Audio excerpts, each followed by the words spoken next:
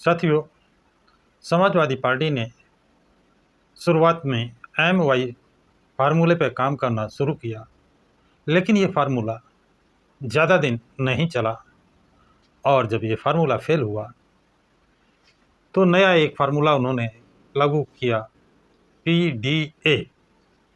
P से कहा पिछड़ा, डी से कहा दलित और ए से कहा अल्पसंख्यक। लेकिन इसकी व्याख्या समय समय पर बदलती गई। कुछ दिनों बाद ये PDA पिछड़ा, दलित, मुस्लिम या अल्पसंख्यक बदलकर हो गया, PDA का मतलब हो गया पंडित दलित अंगड़ा, पंडित दलित अंगड़ा। और जब ये फार्मूला फेल हुआ, पंडितों ने बीजेपी के पक्ष में चले गए, दलित इनके साथ आए, लेकिन अंगड़ा ने इनको ठेंगा दिखाया। फिर इनका तीसरा विश्लेषण बना पंडित दौलत अंगड़े या अल्पसंख्यक। ये भी फार्मूला फेल हुआ। फिर इन्होंने उसका परिवार दल अलायंस, और यही फार्मूला इनका लागू होता है। एजेंडे में इनके ओबीसी, दलित और मुस्लिम थे, ये गायब हो गए। एजेंडा जो इन्होंने PDA पिछड़ा मतलब ओबीसी, दलित और मुस्लिम अल्पसंख्यक, ये गायब हो गए। उदाहरण के लिए, जब अखिलेश यादव सांसद बने और विधानसभा में विपक्ष का नेता पद इनके पास था, उस पद से इस्तीफा दिया तो किसी मुस्लिम को इन्होंने वो पद नहीं दिया, यानी इनका ए फेल हुआ। जबकि सबसे ज़्यादा मुस्लिम समाज के विधायक इनके पास थे। दूसरे नंबर पर दलित, किसी दलित को इन्होंने विधानसभा में विरोधी दल का नेता नहीं बनाया। दलित मुस्लिम में कोई इस योग्य नहीं था कि उसको नेता प्रतिपक्ष बनाते। अब बात आती ओबीसी। ओबीसी समाज में भी इनको कोई ऐसा काबिल नेता समझ में नहीं आया। जैसे ओबीसी में इनका स्वयं अखिलेश यादव पूरे उत्तर प्रदेश में, सिर्फ सैफई के यादव के अलावा पूरे उत्तर प्रदेश में किसी यादव को भी इन्होंने टिकट नहीं दिया, और न किसी ओबीसी के नेता को नेता प्रतिपक्ष बनाया। नेता प्रतिपक्ष किसको बनाया? एक ब्राह्मण को, जिससे ओबीसी समाज के, दलित समाज के, मुस्लिम समाज के लोगों ने नाराजगी पैदा हुई। और जब उपचुनाव आया, जो इनका वोट प्रतिशत 2024 लोकसभा चुनाव में एकदम से बढ़ा था, उसका कारण था कि इंडिया अलायंस और ये प्रचार तंत्र, ये बीजेपी का प्रचार कि उनकी लड़ाई सिर्फ समाजवादी पार्टी से है, जिसके कारण ओबीसी के लोगों ने, दलित समाज के लोगों ने और मुस्लिम समाज के लोगों ने इनको ज़बरदस्त वोटिंग की। और ये पार्टी जब से बनी है, सबसे ज़्यादा वोट मिला, सबसे ज़्यादा सांसद जीते। लेकिन ये फार्मूला, ये सिद्धांत ज़्यादा दिन नहीं चल सका, और इनकी गतिविधियां, कार्रवाइयों से जो समाज इनसे जुड़ा था उसने दूरियां बनाई। उपचुनाव जो उत्तर प्रदेश में हुआ, उसमें दो पद हो, एक तरफ बीजेपी और दूसरी तरफ समाजवादी पार्टी। बीएसपी ने चुनाव लड़ने से ही मना कर दिया और पोल खुल गई। इनका वोट ग्राफ एकदम से धड़ाम हो गया, बेचैनी बढ़ी। कैसे उस वोट बैंक को कायम करें? और इसलिए पीडीए का अभी आपने देखा है कि ब्राह्मण महासभा प्रबुद्ध सभा के नाम से इटावा में भगवान परशुराम भगवान के नाम का मंदिर का निर्माण, और क्षत्रिय महासभा कार्यालय में वहाँ पर गोमती रिवर फ्रंट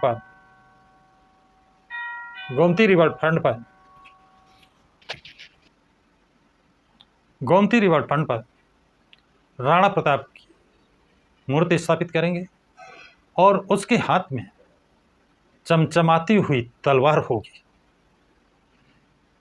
तो पिछड़ा गायब हो गया। किसी दलित नेता का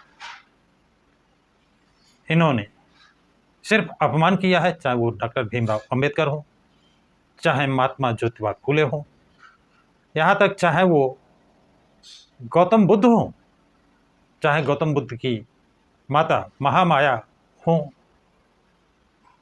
चाहे मानवर काशीराम हो। इनके नाम से जो नगर, जो विश्वविद्यालय, जो योजनाएं बनाई गई थी, उन योजनाओं को नाम बदला। डॉक्टर अंबेडकर पार्क का नाम बदलकर पंडित ज्ञानेश्वर मिश्रा के नाम कर दिया, ब्राह्मण के नाम कर दिया, पंडित के नाम कर दिया। और ओबीसी के महापुरुष ज्योतिबा फुले नगर का नाम बदलकर इन्होंने नाम बदलने का ज्योतिबा फुले का नगर का नाम बदल दिया। इतना ही नहीं, इन्होंने आरक्षण के जनक ओबीसी नेता छत्रपति साहू जी महाराज के नाम पर बना छत्रपति साहू जी नगर का नाम बदल दिया। इतना ही नहीं, छत्रपति साहू जी महाराज के नाम पर बना छत्रपति साहू जी मेडिकल यूनिवर्सिटी का नाम बदल दिया।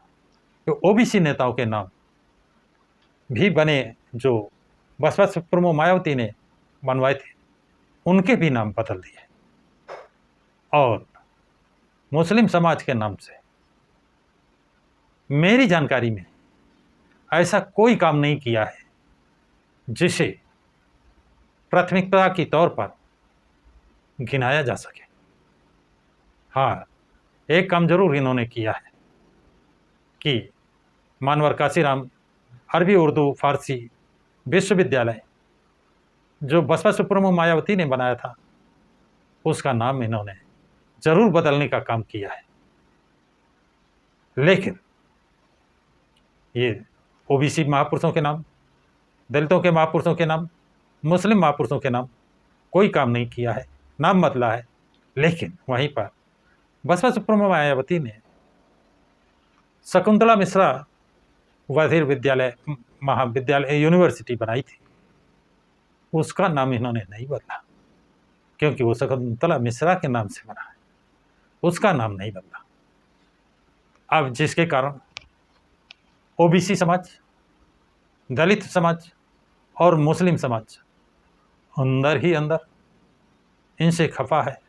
और सबसे बड़ी बात, अभी हाल में राज्यसभा सदस्य रामजी लाल सुमन से राज्यसभा में राणा सांगा के खिलाफ विवादित बयान दिलाया, और उसके बाद करणी सेना, क्षत्रिय सेना आदि लोगों ने मिलकर उनके आवास आगरा पर तोड़फोड़ की, गाड़ियां मकान पर तोड़फोड़ की गई, और वहां पर जो क्षत्रिय महासभा द्वारा नंगी तलवारें लेकर प्रदर्शन किया गया। इसके बाद अखिलेश यादव लखनऊ अपने कार्यालय में क्षत्रिय महासभा की और राणा प्रताप की मूर्ति स्थापित करने की, गोमती रिवर फ्रंट पर मूर्ति स्थापित करने की घोषणा की। राणा प्रताप के हाथ में चमचमाती हुई सोने की तलवार होगी, ये भी घोषणा की। इतना ही नहीं, उन्होंने ओबीसी, एससी समाज, दलित समाज और मुस्लिम समाज के किसी महापुरुष के नाम पर छुट्टी करने की घोषणा नहीं की, लेकिन क्षत्रिय समाज के महाराणा प्रताप के नाम पर 2 दिन की छुट्टी, जब इनकी सरकार होगी तो 2 दिन की छुट्टी करने की घोषणा करेंगे और वर्तमान सरकार से भी मांग करेंगे 2 दिन की छुट्टी करें, जिसके कारण इनकी पॉलिसियां समय समय पर जो बदली हैं, जिससे ओबीसी समाज, दलित समाज, मुस्लिम समाज अपने आप को ठगा महसूस कर रहा है। तो साथियों, आप लोगों की क्या राय है? कमेंट बॉक्स में अपनी ओपिनियन निश्चित रूप से लिखें, ज़रूर लिखें, तथा इस वीडियो को अधिक से अधिक लाइक और शेयर करें। प्रकाश की राह चैनल को सब्सक्राइब